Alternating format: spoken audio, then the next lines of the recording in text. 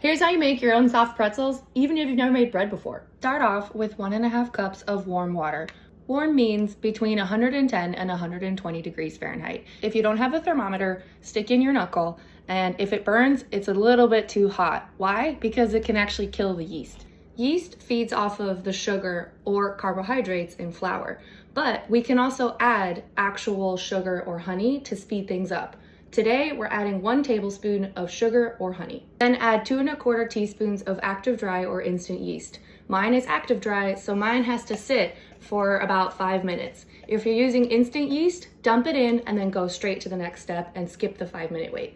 A big ass bowl. Today, we're using all-purpose flour. We can't use bread flour today because there's too much protein in it. We also can't use self-rising flour because it has baking powder in it, aka you need a totally different recipe. We're going to use between 3 and 4 cups of flour. It's always easier to add flour than to try to compensate for too much. Start with 2.5 cups of flour and we'll add some in together. Teaspoon of salt because everybody loves a bit of flavor. Pour 2 tablespoons of melted butter straight into the flour. I like to do it this way because the flour naturally cools off the butter and you don't risk accidentally killing your yeast friends. 5 big stirs. After 5 minutes, our yeast is looking V-happy. It's got some foam, I can see movement, and most importantly, it smells like a dive bar. Pour it in, scrape out the bottom, and then give it 10 big stirs.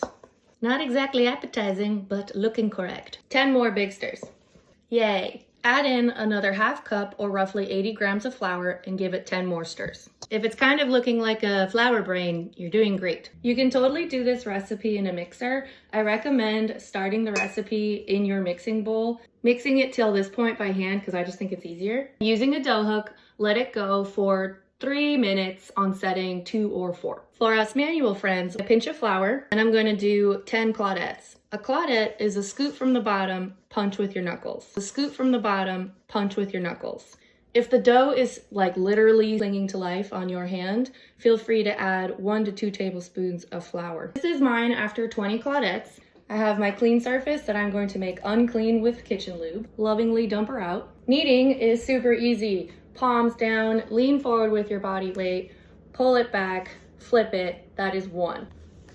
This is after 1 minute or 35 kneads. Added a pinch of flour because it was getting a little sticky, but I don't want the dough to get hard. This is after 70 kneads total. After about 4 minutes of kneading, maybe 130 kneads, she's looking perfect. She's smooth, she bounces back when I press her, she's not sticking to my hands or the surface. It's time to give her a little nap. A medium mass bowl, which I am lightly oiling. Drop her in, cover her. Because of the sugar in the dough, she's gonna double relatively quickly, so I'm gonna check back in 40 minutes. Oh, she done doubled.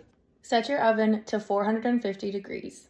Before we get rolling, let's get 10 cups of water onto the stove, ready to boil. Coax our beautiful friend out. She shouldn't stick because we oiled our bowl. Oh, she is soft. This recipe makes 8 pretzels, so we're gonna cut her into 8 different pieces. If your dough is a little wet like mine, make your knife wet, press down, put your knife away from both edges, ta-da.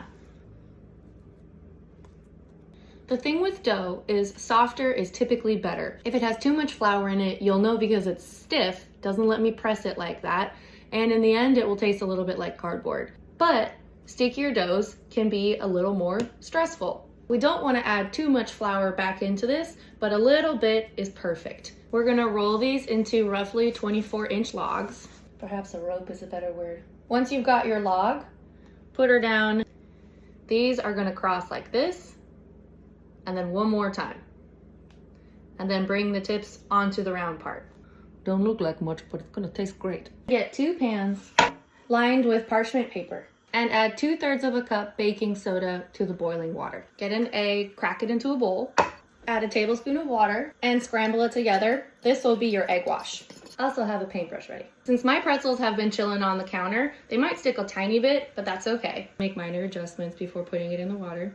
The pretzels are going into the water for 30 seconds. I like to flip mine halfway through. So I actually put this face down onto my slotted spoon, plop it into the boiling water, and after 15 seconds, I'll flip it.